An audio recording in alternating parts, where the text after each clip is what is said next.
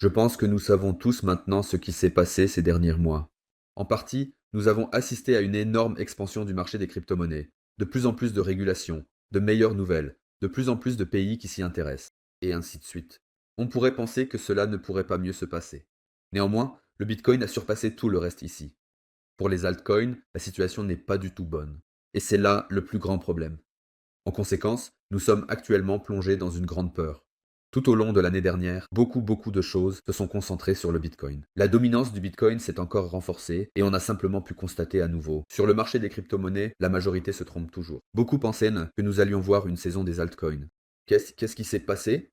Il s'est passé quelque chose de bien pire. Le Bitcoin a corrigé de 30%, tandis que des altcoins comme Chainlink, qui ont également une grande capitalisation de marché, ont corrigé de 60%.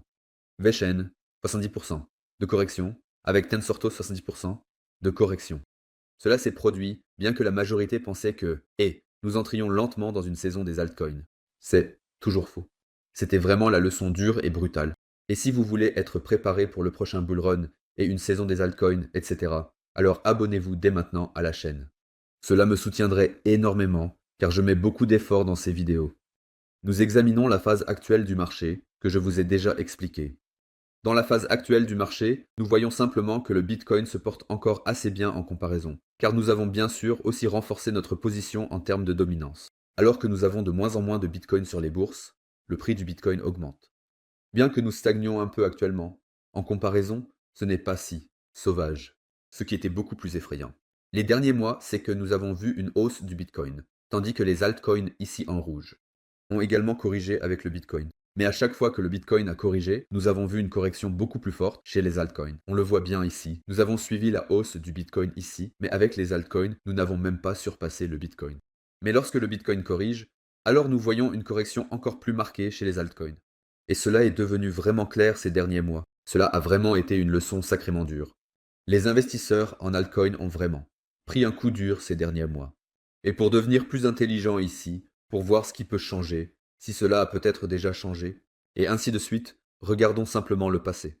Car le passé en dit toujours beaucoup sur l'avenir. Jetons un œil aux autres graphiques. Ici, nous voyons que nous avons eu une correction d'environ 55% sur l'ensemble du marché des altcoins.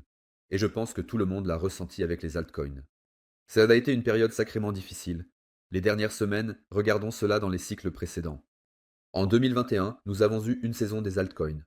Ensuite, nous avons corrigé d'environ 70% jusqu'à l'été, puis nous avons encore augmenté à la fin de l'année. Cependant, il est un peu difficile de comparer cela, car nous avions déjà une saison des altcoins bien développée, nous étions certainement surchauffés et avons ensuite eu cette correction. À l'époque, nous n'étions pas vraiment surchauffés, mais même là, nous avons eu une petite correction qui était tout de même de 40%. Elle semble petite, mais c'est tout de même un bon coup. 40%. C'était en plein milieu. Et je pense qu'il faudrait plutôt comparer le cycle actuel avec le cycle de 2017. Et ici, l'image est en fait relativement identique. Regardez-le. Je pense que c'est beaucoup plus significatif. Après le halving, nous nous sommes un peu construits sur plusieurs mois. Nous avons ensuite eu une très belle hausse des altcoins. Ensuite, une forte correction des altcoins de plus de 60% sur plusieurs semaines. Donc à l'époque, la correction était aussi nettement plus sévère, comme elle l'est actuellement. Ici en haut, nous avons également fortement augmenté, mais là encore une correction de presque 50%. Donc cela ressemble beaucoup au parcours que nous avons actuellement, car actuellement, on voit aussi simplement que nous avons eu une hausse des altcoins qui semblait belle, une forte correction, une autre hausse et encore une correction encore plus forte. Et c'est ainsi que cela se présente en 2017, donc relativement similaire. Ici aussi, nous avons eu une longue phase de stagnation, où en fin de compte, il ne se passe pas vraiment grand-chose.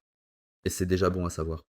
En conséquence, nous pouvons dire que de telles corrections, de telles choses, font partie du marché.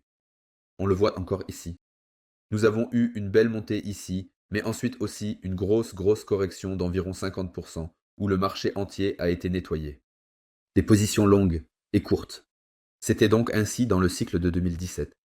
Nous avons donc également beaucoup souffert ici avec les altcoins.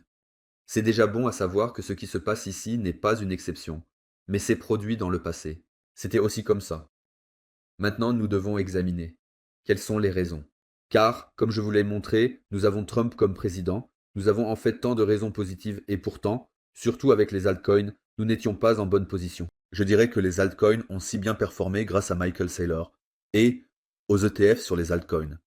Ils ont vraiment poussé les altcoins l'année dernière. D'un autre côté, nous avons actuellement aux États-Unis une chance de récession. Donc, nous avons de l'incertitude sur les marchés à cause de choses comme par exemple les tarifs douaniers. À cause de ces tarifs punitifs, nous avons beaucoup d'incertitudes sur les marchés. Et c'est justement le problème avec les altcoins. C'est pourquoi les gros capitaux se concentrent toujours sur les altcoins. On voit sauter les altcoins comme un actif sûr, mais il ne reste absolument pas beaucoup d'argent pour les altcoins, parce que nous sommes encore trop incertains sur l'ensemble du marché, y compris les actions. Je peux vous montrer cela ici avec les actions. Voici le Russell 2000. C'est un indice qui inclut plus de 2000 petites actions. Nous avons également eu le bull run ici, en 2021, donc à peu près à la même période où nous avons eu le bull run crypto. Ici, nous avons atteint notre sommet, et nous n'avons pas atteint ce sommet depuis 4 ans. Nous étions sur le point de voir une certaine performance également avec les petites actions, mais même ici, cela n'a pas bien marché ces derniers mois. Et c'est justement cela, nous ne performons pas bien du tout avec les petites actions ces derniers mois, ni avec nos altcoins. Tout cela est lié au fait que nous avons ce risque de récession et beaucoup d'incertitudes sur les marchés. Par conséquent, nous n'avons tout simplement pas d'appétit pour le risque ici. De plus, le dollar a été partiellement renforcé, ce qui a également réduit notre appétit pour le risque ici. Nous avons aussi besoin d'un dollar faible. La bonne nouvelle à ce stade est que nous avons déjà eu Donald Trump comme président, et nous pouvons simplement regarder comment c'était dans le passé. Ici en vert, on peut voir que nous avions aussi des droits de douane, de l'incertitude sur les marchés. Et même le dollar a été renforcé à court terme. Mais regardons cela, à un moment donné, nous avons atteint notre creux, et ensuite, nous avons eu un véritable marché haussier. Et en termes de temps et de données, cela correspond presque parfaitement à la situation actuelle. Nous étions également en hausse à la mi-mars à l'époque, et actuellement, nous sommes à nouveau en train de monter lentement. Et c'est tout simplement incroyable que Trump fasse actuellement exactement la même chose qu'il a faite à l'époque. Cette histoire se répète tout simplement de manière identique. On cherche ici à créer délibérément des peurs et de l'incertitude. Mais nous avons définitivement de l'espoir à la fin du tunnel. Car à l'époque aussi, le marché haussier a continué par la suite. Et même en termes de temps et de données, cela correspond presque complètement. Ce n'est qu'en mars, avril que les marchés ont à nouveau mieux performé. Mais avant cela, nous avions également ces fluctuations à l'époque. Et cette peur, cette panique sur les marchés. Et ensuite, nous devons parler de notre situation actuelle en termes de données pour cette année. Et ici, il semble que le dollar entre lentement dans cette zone de risque.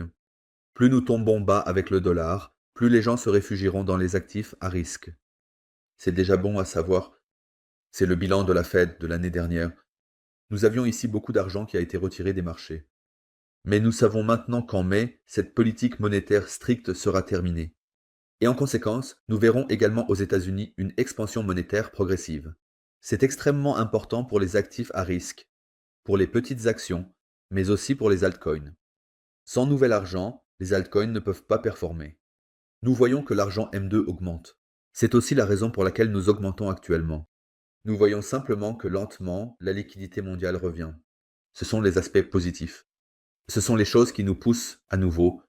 Maintenant, la question se pose naturellement. La saison des altcoins arrive-t-elle? Car ce n'est pas seulement parce qu'Ethereum et les stablecoins, par exemple, dominent actuellement les altcoins. Surpassent? Pour certains, cela semble déjà être le cas, comme si nous pouvions peut-être maintenant amorcer la saison des altcoins en combinaison avec une liquidité supplémentaire. Ce serait bien sûr agréable, mais honnêtement, cela ne se fait pas si rapidement. Bien que lentement, cette offre monétaire M2 arrive sur les marchés, et nous augmentons un peu, mais tout cela se construit.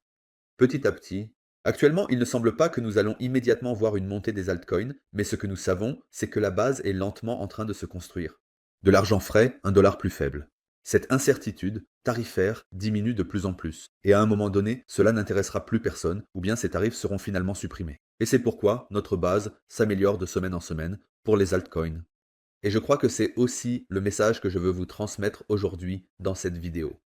Car je ne veux pas dire à nouveau que la saison des altcoins commence dans 2 semaines. Non, mais je veux dire que la base pour une saison des altcoins semble actuellement meilleure que jamais. À ce stade, j'espère que cette vidéo vous a plu. Cela a demandé beaucoup de travail. C'est pourquoi, n'hésitez pas à laisser un like et un commentaire. Et ensuite, je dirai à la prochaine fois, les amis.